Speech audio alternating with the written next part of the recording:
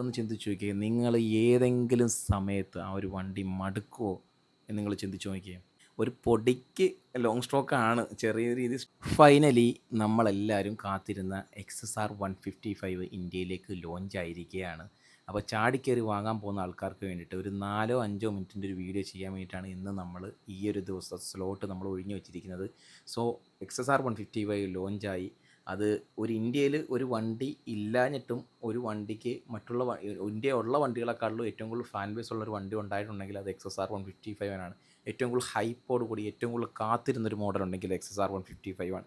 ഞാൻ അതിനൊരു ഉദാഹരണം പറയാനാണ് 2019 ഈ ഒരു വണ്ടിയുടെ ഒരു വീഡിയോ ഞാൻ ഇട്ടപ്പം ഏകദേശം ആ ഒരു സമയത്ത് എനിക്ക് കിട്ടിയ വ്യൂസ് എന്ന് പറഞ്ഞാൽ ഒരു ദിവസം കൊണ്ട് 4 ലക്ഷത്തോളം വ്യൂസാണ്. നിങ്ങൾക്ക് കിടപ്പുണ്ട് പോപ്പുലർ വ്യൂസിൽ എൻ്റെ ചാനൽ എടുത്ത് നോക്കിയാൽ നിങ്ങൾക്ക് മനസ്സിലാവും. അത് ജസ്റ്റ് ഒരു യമഹയുടെ വീഡിയോ എടുത്തിട്ടിട്ട് കൊണ്ട് മാത്രമേ എനിക്ക് കിട്ടിയൊരു വ്യൂസാണ്. അത്രയ്ക്ക് ജനം, ഇന്ത്യൻ ജനം ആ ഒരു വണ്ടി കൊതിച്ചായിരുന്നു. 2021 ആയപ്പം ആ ഒരു കൊതിക്ക് റിസൾട്ടായിട്ട് നമുക്ക് XSR വരുന്നുണ്ടെന്ന് നമ്മളെല്ലാം കൊതിച്ചിട്ട് അവസാനം തന്നതോ FCX. അതൊരു മോശപ്പെട്ട വണ്ടിയാണെന്ന് ഞാൻ പറയുന്നില്ല. ലുക്കിന് ചെറിയൊരു ഭാഗപ്പിഴവുകളൊക്കെ അങ്ങോട്ടും ഇങ്ങോട്ടൊക്കെ വന്നിട്ടുണ്ടെങ്കിലും നമ്മളൊരു വണ്ടിയും കുറ്റം അങ്ങനെ അടിച്ച് താഴ്ത്തൊന്നുമില്ല. കുഴപ്പമില്ലാത്തൊരു വണ്ടി തന്നെയാണ്. എനിക്ക് ഓടിച്ചിട്ട് എനിക്ക് ഇഷ്ടപ്പെട്ടാണ്. ബട്ട് XSRൻ്റെ ലെവലിലോട്ട് എത്തിയില്ല. കാര്യം ഈ സദ്യ പ്രതീക്ഷിച്ചിരുന്നിട്ട് പെട്ടെന്ന് ചോറും കറിയും മാത്രമായിട്ട് തരുന്ന ഉദ്ദേശിച്ചത്, അതായത് ആ ഒരു ലെവലിൽ നമ്മൾ ഉദ്ദേശിച്ചിരുന്നിട്ട് പെട്ടെന്ന് അതിൽ താഴെയുള്ളൊരു സംഭവം തരുമ്പോൾ നമുക്കുണ്ടായിരുന്ന നിരാശ. ഇപ്പോഴത്തെ കാലഘട്ടം എന്ന് പറഞ്ഞാൽ ഒരു 250-300 CC ആണ് എൻട്രി ലെവൽ. അന്നത്തെ സമയം എന്നൊക്കെ പറഞ്ഞാൽ ഡ്യൂക്ക് 200 പോലും ഒരു ബിഗിനർ ഫ്രണ്ട്ലി ആണെന്ന് നമുക്ക് പറയാൻ പറ്റാത്തൊരു കാലഘട്ടമായിരുന്നു. ഒരു എൻട്രി ലെവൽ എന്നൊക്കെ പറഞ്ഞാൽ NS 200, R15 പോരാ, അതുപോലെ തന്നെ ഡ്യൂക്ക് 200, ഇതൊക്കെ ആയിരുന്നു നമ്മുടെ എൻട്രി ലെവൽ വണ്ടികളെന്നൊക്കെ പറയുന്നത്. എല്ലാവരും ചാടിക്കയറുന്നത്. ഇന്ന് ഒരു ആൾ കുറഞ്ഞതൊരു 250, പുതിയ പിള്ളേർ എടുക്കുന്നത് 250-300 CC ലെവലിൽ നിന്നാണ് എടുക്കുന്നത്. എല്ലാവർക്കും അത് അത്രയ്ക്ക് പവർ വേണം. R15 കാലം കഴിഞ്ഞെന്നല്ല ഉദ്ദേശിക്കുന്നത്. R15 തട്ടെന്നും താന്ന് തന്നെ ഇരിക്കും. ഒരു ബിഗിനർ ഫ്രണ്ട്ലി ആയിട്ടുള്ള എൻട്രി ലെവൽ ട്രാക്ക് ബൈക്ക് എന്ന് പറയുന്നത് R15 തന്നെയാണ്. അല്ലെങ്കിൽ NS 200 അതൊരു ആ ഒരു സെഗ്മെൻറ്റിലെ കിങ് തന്നെയാണ്. 12 വർഷം മുമ്പേ ആ ഒരു പവറും കാര്യങ്ങളൊക്കെ പ്രൊഡ്യൂസ് ചെയ്തുകൊണ്ടാകണം ഇപ്പോൾ അവർക്ക് അപ്ഡേറ്റ് കൊടുക്കാൻ പറ്റാതെ വിഷമിക്കുന്നത്. ബട്ട് അതല്ല നമ്മുടെ ഒരു വിഷയം എന്ന് പറയുന്നത്.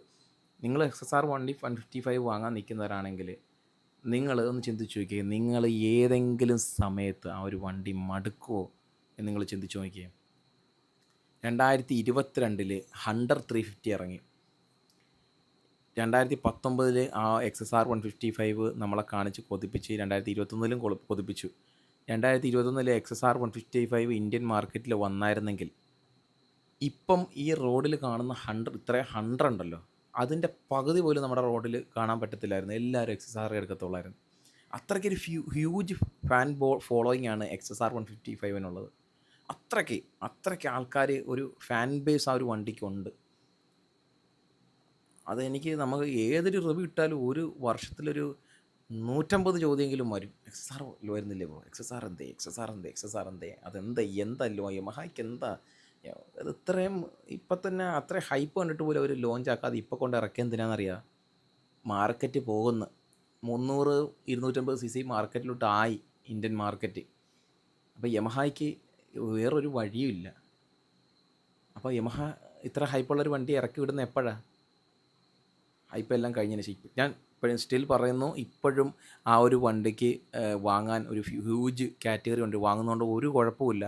പക്ഷേ ആ കാലം തെറ്റിപ്പോയെന്നേ ഞാൻ പറയത്തുള്ളൂ. വാല്യൂ ഫോർ മണിയാണെന്ന് വെച്ചാൽ സംഭവം വാല്യൂ ഫോർ മണി ആണെന്നൊക്കെ വേണമെങ്കിൽ പറയാം. 150 അത്ര ഒരു ഒരു ഒരു ഒരു മാസീവായിട്ടുള്ള പ്രൈസായിട്ടൊന്നും കണക്കാക്കാൻ പറ്റത്തില്ല ഇപ്പോഴത്തെ കാലഘട്ടത്തിൽ. പ്രത്യേകിച്ച് റോണിൻ്റെ ബേസ് വേരിയൻറ്റിൻ്റെ പ്രൈസ് എന്ന് പറയുന്നത് 135 അപ്പം അതിനേക്കാളും 15,000 കൂടുതൽ കൊടുക്കുമ്പോൾ നിങ്ങൾക്ക് എന്ത് കിട്ടുമെന്ന് വെച്ചെങ്കിൽ slipper clutch, ABS, liquid cooled engine, VVA technology, much powerful എന്ന് പറയുമ്പം ബേസിക്കലി ഈ റോണിനും ഇതൊക്കെ ഏകദേശം ഒരേ ലെവലിൽ പവർ പ്രൊഡ്യൂസ് ചെയ്യുന്ന ഏകദേശം ഒരേ കാറ്റഗറിയിൽ പെടുന്ന വണ്ടികളൊക്കെ തന്നെയാണ്. സ്ക്വയർ ഷേപ്പിൽ വരുന്ന എഫിഷ്യൻ്റ് ആയിട്ടുള്ള വണ്ടികൾ.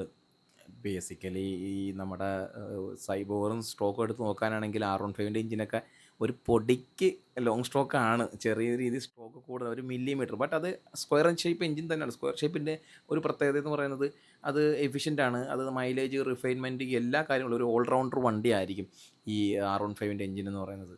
പക്ഷേ അതിനെ ഡിഫറൻ്റായിട്ട് നിർത്തുന്നത് അതിൻ്റെ VVA ടെക്നോളജിയാണ്.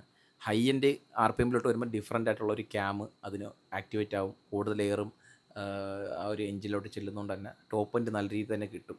അതുകൊണ്ട് വണ്ടി നമ്മൾ മടുപ്പിക്കത്തില്ല. പക്ഷേ എന്താ പറയുക, അതിൻ്റെ ഒരു സമയം മാറിപ്പോയി. ഒരു വിത്തിൻ 1 ഇയറിനുള്ളിൽ തന്നെ നിങ്ങൾക്ക് കുറച്ചും കൂടെ പവർ ഉണ്ടായിരുന്നെങ്കിൽ, കുറച്ചും കൂടെ ടോർക്ക് ഉണ്ടായിരുന്നെങ്കിൽ തോന്നിപ്പോകും എന്ന് എനിക്ക് പേഴ്സണലി തോന്നുന്നുണ്ട്. കാര്യം ഞാനൊരു R15 6 വർഷമായിട്ട് ഉപയോഗിക്കുന്നൊരു വ്യക്തിയാണ്. സെഗ്മെൻറ്റിലെ ഏറ്റവും പവർഫുൾ ആയിട്ടുള്ള വണ്ടി തന്നെയാണ് തീർച്ചയായിട്ടും. പക്ഷേ എനിക്കെന്തോ, ഞാൻ പറഞ്ഞില്ലേ, ഇത് ഒരുപാട് വൈകി ഇത് വന്നതുപോലെ ഉള്ളൊരു ഫീല്. ഞാൻ പറഞ്ഞല്ലോ, അതൊരു ഫ്ലോപ്പ് വണ്ടിയാണെന്ന് ഞാൻ പറയത്തില്ല. ഒരിക്കലും യമഹ ഒരു ഫ്ലോപ്പ് വണ്ടി ഇറക്കാൻ സാധ്യതയില്ല. പക്ഷേ ഒരു 250-300 CCയിലോട്ട് കടക്കേണ്ട സമയം അതിക്രമിച്ച് കഴിഞ്ഞു യമഹയൊക്കെ. അത് ഇറക്കുവാണെന്നെങ്കിൽ R3 പോലുള്ള 6 ലക്ഷം രൂപ വിലയുള്ള വണ്ടികൾ. പിന്നെ ഹണ്ടർ ആണോ XSR ആണോ റോണിനാണോ ബെസ്റ്റ് എന്ന് എൻ്റെ അടുത്ത് ചോദിച്ചു കഴിഞ്ഞാൽ, ഹണ്ടറും റോണിനും XSRും രണ്ടും രണ്ട് തലമാണ്. XSRും ഹണ്ടറും എന്നൊക്കെ റോണിൻ എന്ന് പറഞ്ഞാൽ ഏകദേശം ഒരേ ലെവലിൽ കാറ്റഗറിയിൽ പെടുന്ന വണ്ടികളാണ്. ഹണ്ടർ എന്ന് പറഞ്ഞാൽ ഒരു ലോങ് സ്ട്രോക്ക് എഞ്ചിനാണ്. അതിൻ്റെ ഒരു ഫണ്ണ് വേറെയാണ്. സോ നിങ്ങൾ ഈ 3 വണ്ടികൾ ഏത് ചൂസ് ചെയ്യും? ജസ്റ്റ് ഒന്ന് കമൻറ്റ് ചെയ്യും.